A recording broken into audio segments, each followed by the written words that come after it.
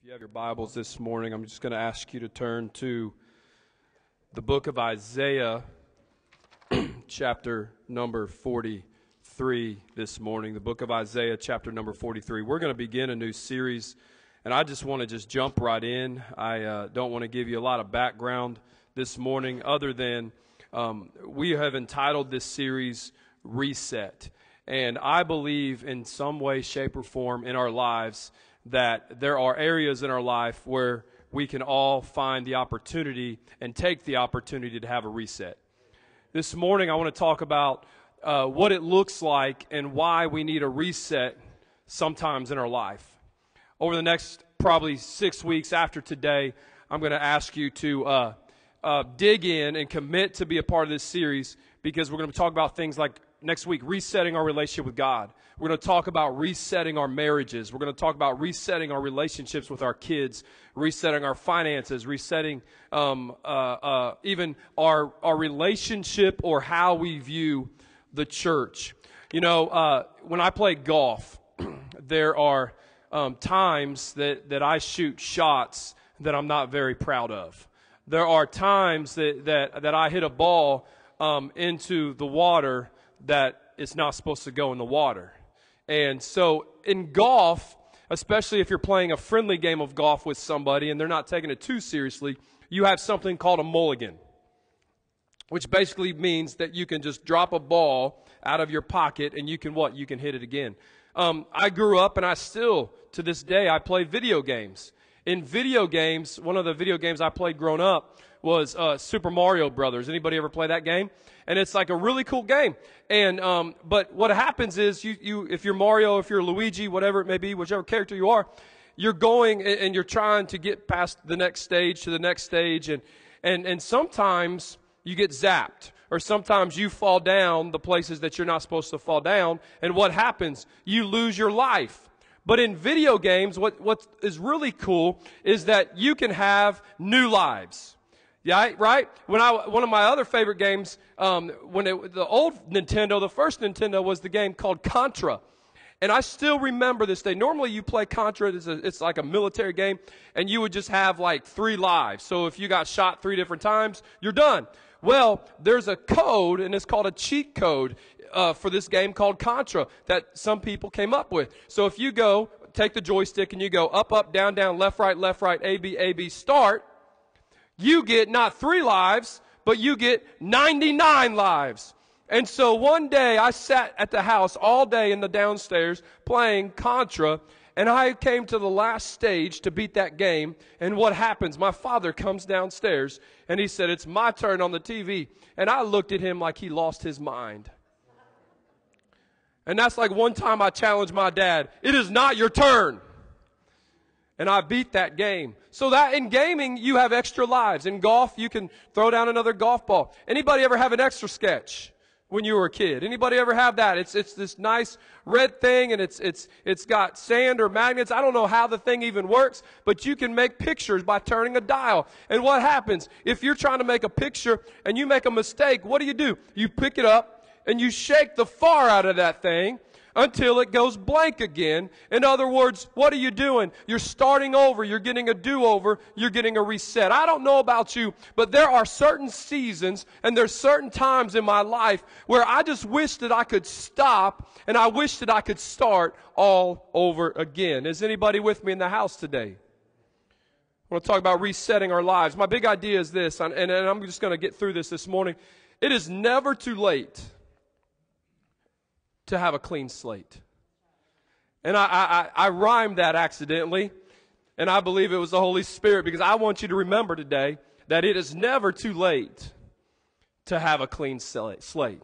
It is never too late to start over with your life. It is never too late to start over with a decision. You know, one of the greatest things that we could do in our family units, and we'll talk about this when we talk about families and marriages and stuff, but I think it's appropriate to say right now, one of the things that we need to do in our families as husbands and as wives and as parents and as kids, we need to be okay with saying, "I'm sorry."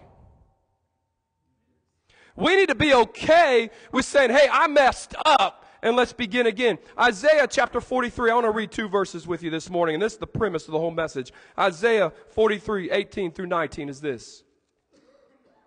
The prophet Isaiah is speaking here. And he says, do not call to mind the former things. Are you there? Isaiah 43, 18 through 19. Do not call to mind the former things. Or don't ponder, don't dwell on, don't take seriously some of the things in your past. And I love this word, behold. God said, I will do something new. Say new. Come on, say it like you mean it. New. There it is. And he says, now it will spring forth. In other words, something is about to happen. I'm going to spring forth. And he says, will you not be aware of it? I will even make a roadway in the wilderness. Can I just tell you this morning that I serve a God that specializes in new lives. I serve a God that specializes in mulligans. I serve a God that specializes in clean slates. I serve a God that specializes in do-overs. And you serve a God that specializes in resets. This morning I want to talk about resetting our lives.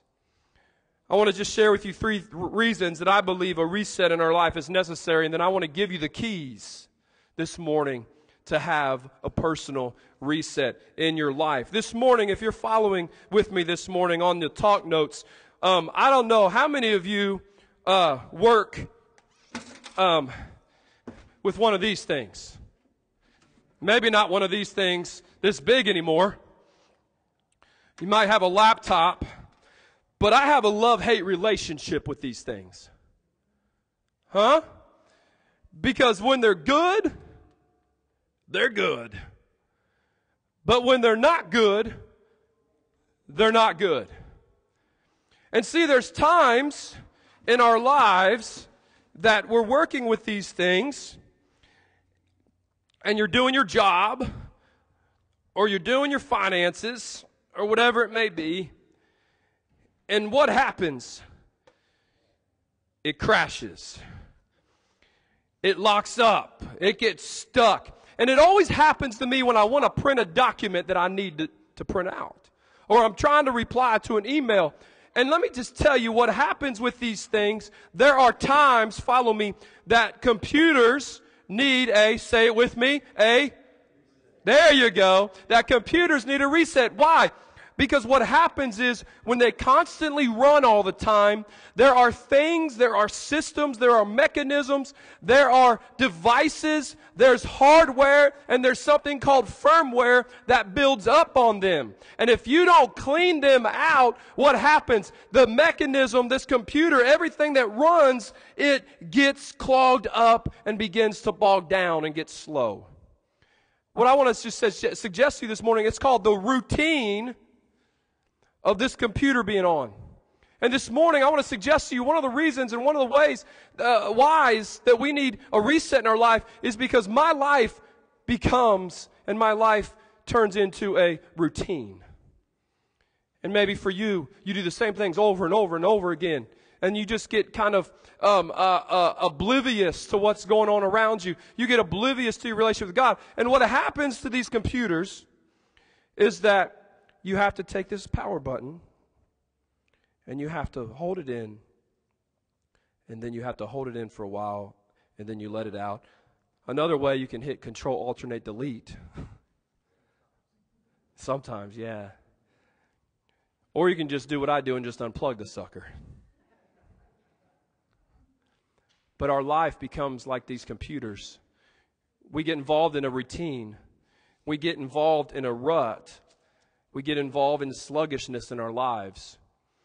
And we need God to come in and say, hey, you need to have a life reset. You know, when I think about Scripture, when I think about this routine, I think about the children of Israel. Because they serve this God, and we know as Yahweh, we know as God who's the superior king of the universe. And they serve God, they thought. God gave them His Word. But here's the problem with the Israelites is when God gave them His Word, they listened to his word, but they never internalized his word. They heard the word by their ears, but they never positioned the word in their heart. See, there's a difference this morning. Some of y'all are hearing this message, and you're like, I hear what you're saying already, and I buy what you're saying this morning, but you're going to go out of here today, and you're never going to position it into your heart. You're never going to put it into the first place of your heart. You're never going to put it as a priority or a consideration in your heart today. And that's what happened. They had God's word. Israel, they had God's word. The children of Israel had God's word. But they never internalized it. So they just went through motion after motion, routine after routine. And even when God blessed them, they never recognized that God was the God of blessing. Why? Because they always wanted to go back to Egypt.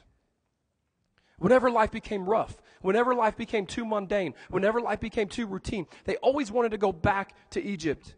And this is what God says. And he says it in Isaiah 29:13. He says it in Matthew 15, verse 8. And maybe this is you today. I don't know. But maybe this point is you today. Maybe your life has become just a routine. You wake up this morning, or you woke up this morning, you said, I'm just going to go to church because I'm just going to check off a box in my life. Because if I go to church, then I'm going to feel good about myself, and then I'm just going to go home and then just do whatever I want, and I'm never going to apply what I learned at church today. Can I just tell you, this is why I'm not one of those preachers that I have to preach and teach Sunday school and then Sunday morning and then Sunday night, because this is what I know, that if I give you 3 different messages, you haven't had time to apply at least one of them. We're good at information in the church, but we're not good at transformation.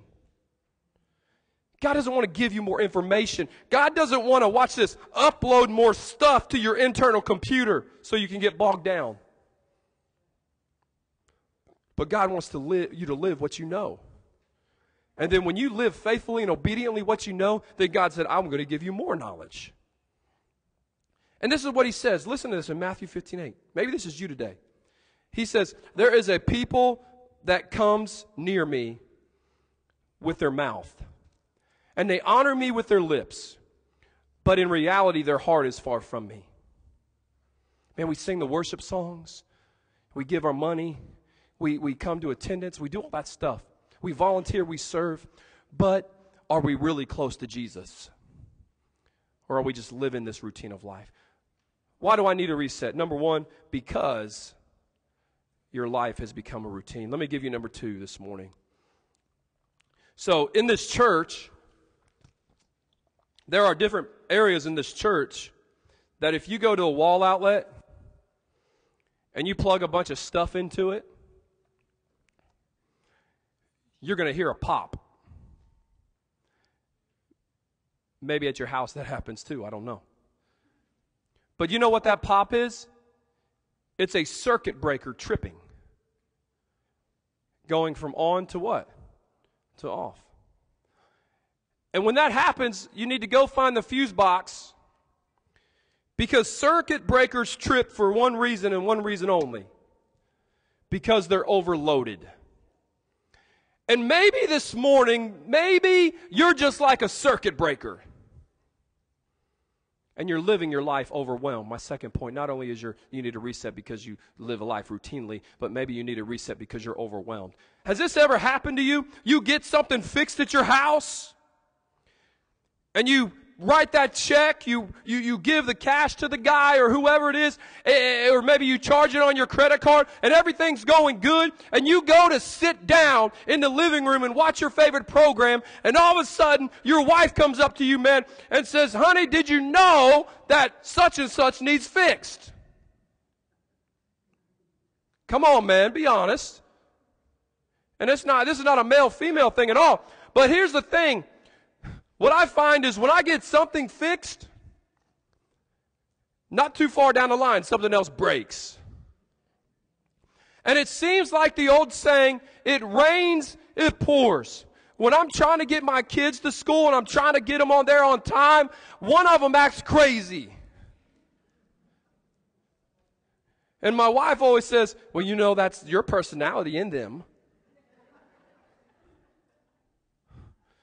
And if she's not here today, I'll say, no, it's their mama's personality in them. Some of y'all are like, no. But then what happens is then I'm late for that. And then something else happens in my life. Then I'm supposed to be at an appointment sometime and somewhere, and then I have the day all planned, and then somebody cancels that appointment. And then I got this gap, and I'm like, what am I supposed to do with this gap? And then you get the dumb auto warranty people calling you for a car that you don't even have. And you're like, why did I take my time and answer this phone call to somebody that can't even speak English? Why do I gotta wait for you to say press 3 if you want English? I'm not German. I'm not Spanish. I gotta wait for number 3. And then I get somebody in the Philippines. My life becomes overwhelmed. And then I go to the ball field, and you got some parent of a 6-year-old that think that this is the College World Series and acts nuts. And you're like, are you kidding me right now? And they know I'm a pastor, so I can't curse them out. My life becomes overwhelmed, and your life becomes overwhelmed. And then I go to Walmart. And am I supposed to wear a mask now at Walmart, or am I not supposed to wear a mask at Walmart? And then I go down, see, when all this stuff was going on, then I can't find nothing in there. I hate shopping, and so I didn't pay attention to arrows. And some lady comes at me like, you're walking down the wrong aisle. Don't you see the arrow? And I'm saying, no, ma'am, I don't look. Do I walk with my head down?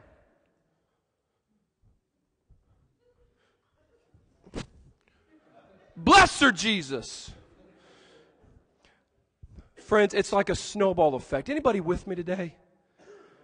Can I just be honest? When life sucks, it really sucks. And there's times that we become overloaded. There's times that we become overwhelmed. And we need to go back to the circuit breaker of our heart. And we need to hit the reset button. I mean, I think of men and women in the Bible. I think of guys like Moses. And I'm thinking of right now Elijah. Man, Elijah in 1 Kings, if you want a Bible reference, I'll give you one just so you can say, Pastor gave me a Bible reference and not making it up. 1 Kings 19, verse 2 through 4. Man, Elijah, things are going well for Elijah. He just won the showdown with the 450 prophets of Baal. There was a famine for 3 years, and he said, God, let it not rain, and it didn't rain. And finally Elijah said, God, now make it rain, and it rained. And in 1 Kings 19, we read, Jezebel sent a messenger to Elijah to say, may the gods deal with me, because be it ever so severely, if by this time tomorrow I do not end your life. And Elijah was afraid, and he ran for his life. He came to Beersheba in Judah. He left his servant there. And the Bible says, I love the King James, he goes down and he lays down under a broom tree or under a juniper tree. And he begins to pray to God. And he's not praying to God to bless Jezebel. He's not even praying God to kill Jezebel. He begins to pray and he says, Lord, would you just end my life, because I'm just so overwhelmed. God, I did all this stuff for you. God, I stood up strong, and when all the prophets came against you, and all these prophets, they were speaking against you, God. They were trying to take everybody to follow them and to worship them. You know what I did, God? God, I stood up to them. When God, nobody else would stand up to them. God, when nobody else would stand for you. God, I got in there, and everybody thought I was crazy. Everybody thought I lost my mind, God. And what happened is I stood up to them, and now I got this woman that's coming after me that wants to kill me, God. He's feeling overwhelmed. He's feeling defeated.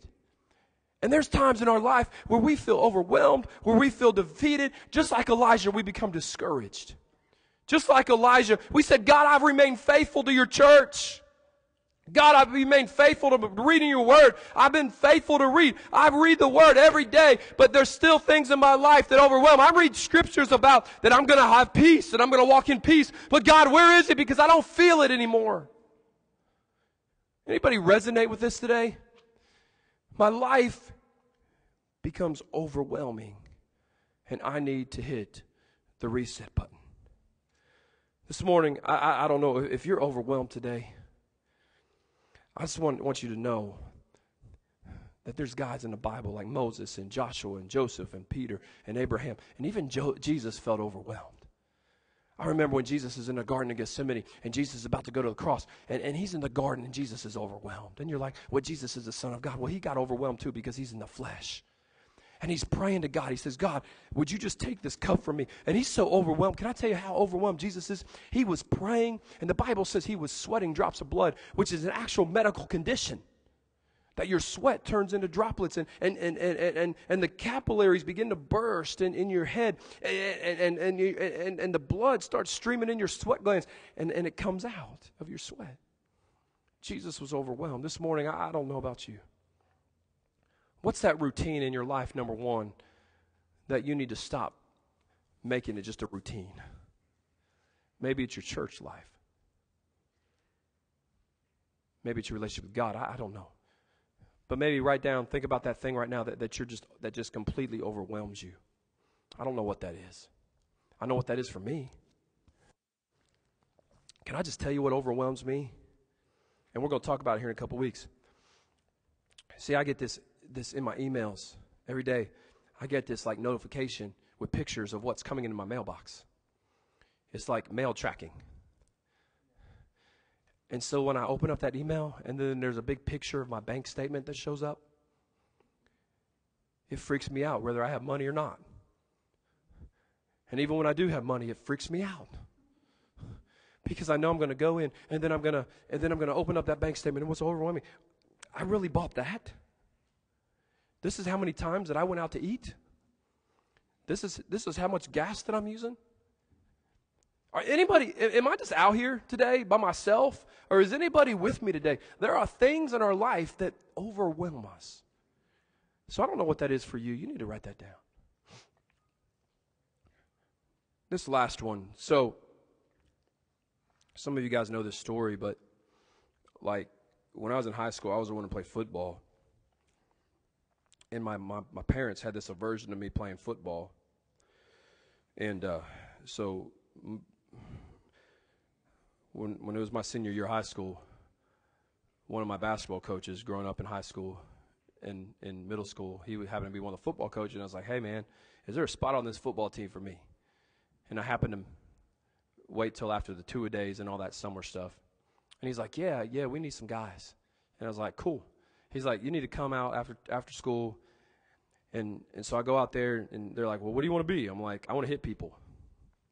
They're like, okay, you're kind of small, so you can maybe like be a defensive back. And I was like, cool. But you got to play two positions. And I said, well, okay, I like catching the ball. They're like, okay, be a receiver. So I ran some pass patterns, and I did all that stuff. And he's like, yep, you're on the team. I was like, sweet. Never really played that much, but I was on the team, you know. I got to be out there on Friday nights. Got to hit people in practice. That was pretty fun. Take out my aggressions. And my parents still had this aversion, so we're on the way to church one day. On a Sunday morning, we had a 17-mile drive to church, and usually I would drive. And I was driving. My dad was in the other seat. And I was like, hey, Dad, I got something to tell you. He's like, we're almost to church. He's like, what do you got to tell me, son? I said, I'm on the football team. And he started laughing. He's like, yeah, right. I said, no, for real, Dad, I'm on the football team. He's like, you better be joking. And I'm like, well, we're almost in the church parking lot. You can't whip me now. I was strategic. But I was on the football team, and through all those practices and everything, hitting people, getting hit, and all that fun stuff, I never got a scratch, never really got hurt. Played in a couple games, didn't get hurt. I graduate high school. In the summer of after graduation, we're playing church softball. And so we're in like this tournament. And I hit the ball and I run to second base, and the guy is standing at second base trying to tag me out because I'm trying to stretch just a routine hit into a double. And he's ready to tag me. And I jump over him. And I airborne myself like Superman. And I land on the base, and I'm safe. But I roll my wrist, and it begins to hurt. So I do what any person would do that wants to keep playing.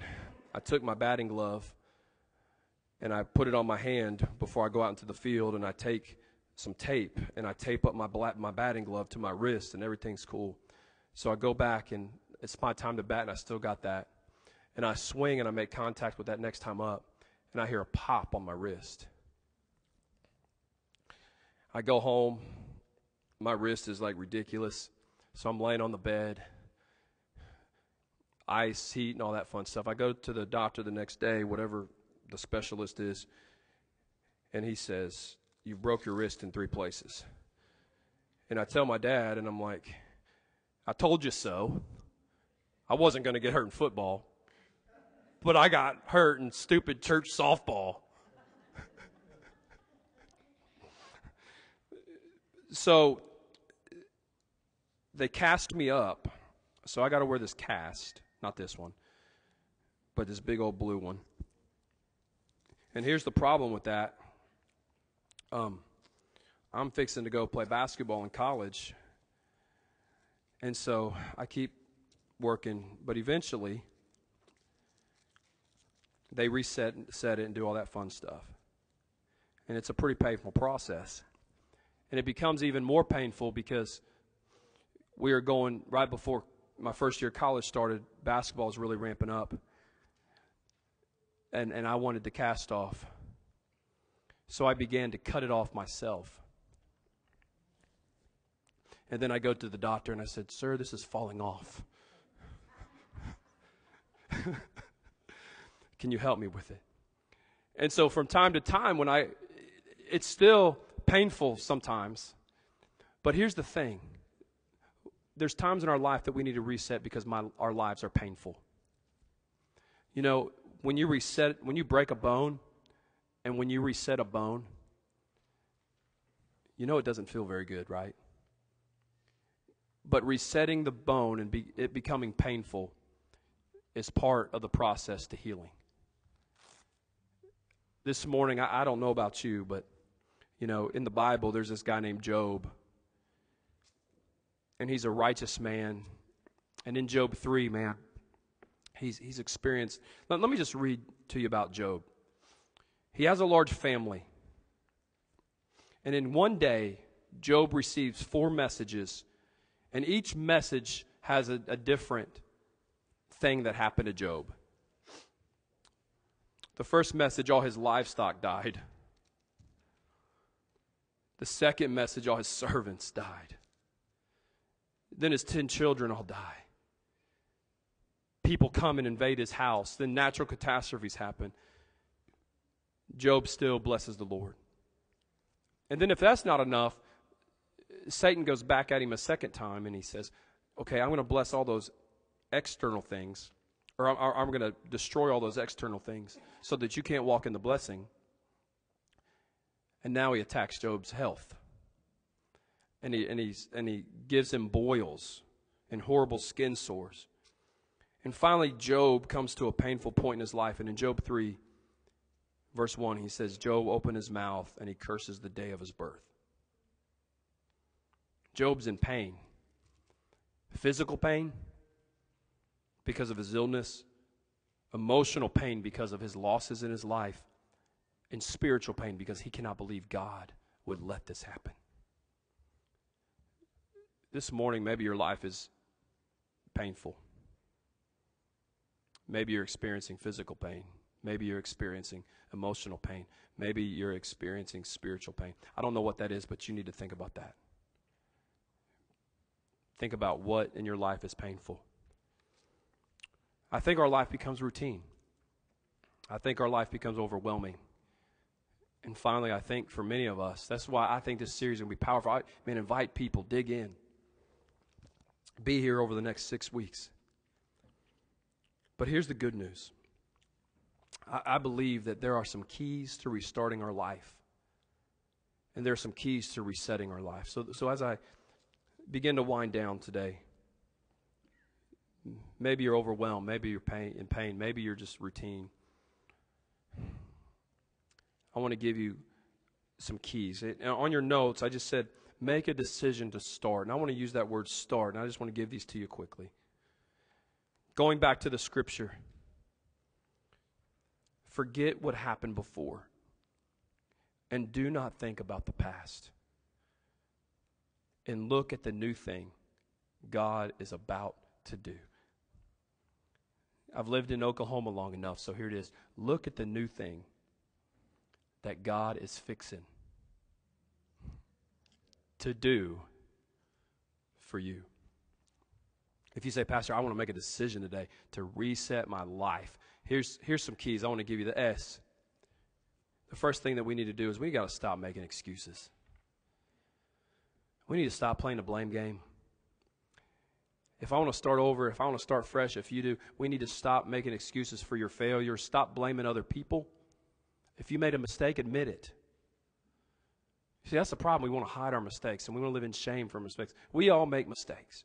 Proverbs 28:13 says, a man who refuses to admit his mistakes can never be successful. But if you confess your mistakes, if you forsake those mistakes, you will get another chance. We need to stop making excuses for our mistakes. In the next couple of weeks, we're going to find out maybe you've been a bad parent. Maybe you've been a bad spouse. Maybe you just made some terrible financial decisions. You just need to stop making excuses and own it. Amen? Own it, and let's fix it. Not only do we stop making excuses, but the T, take stock. The Bible over and over again admonishes us and encourages us to look at our lives. See, here's the problem with church. Can I tell you what the problem with church is? That we're worried about everybody else's worship. And we're not focusing on our own worship. We're focusing on everybody else's walk with the Lord. And we're not focusing on our own walk with the Lord. Man, if we focus on our own mess and our own stuff, we don't have time worrying about everybody else's mess and everybody else's stuff. We need to take stock in our own lives. You know, the Bible says in Galatians 6, each person should judge his and her own actions, and don't compare yourself. We need to take stock in our lives. Let me give you the A. We need to act in faith. The Bible says in Matthew 9:29, let it be done according to your faith. Do you believe in God? There's a reason that you're here this morning. You didn't wind up here by accident today. I don't think any of you just happened to be driving on, Peak Boulevard and said, I just want to go to church today. I mean, maybe you did. I don't know. That's good. But you made a decision to get up and get dressed and to brush your teeth and, whatever it may have been. I hope you brushed your teeth. I hope you put deodorant on. If you didn't, we'll pray for you. But we got to act in faith. We got to walk out our faith. Let me give you this R. If you're going to have a restart, you need a reset. You need to refocus your thoughts. You need to rethink the way that you think. The Bible says in Proverbs 4:23, be careful what you think because your thoughts run your life. The Bible also says out of the heart flow the issues of life. That's another way it says it. You need to refocus. You need to decide, man, if I'm going to be all in for God, I'm going to be all in for God. If I'm going to be for the church, I'm going to be for the church. If I'm going to be in my relationship with my spouse, I'm going to jump in and I'm going to refocus and I'm going to be in that relationship. Refocus your thoughts. And let me give you this last one. We got to trust God to help us succeed. We got to depend on God. We can't depend upon ourselves. Zechariah 4:6 says, he told me, this is the word of the Lord. You shall not succeed on your own strength or by your own power, but by the Spirit of God, says the Lord. This morning, you don't get a reset by just trying. You and I get a reset this morning by trusting God. As we stand this morning, every head bowed, every eye closed.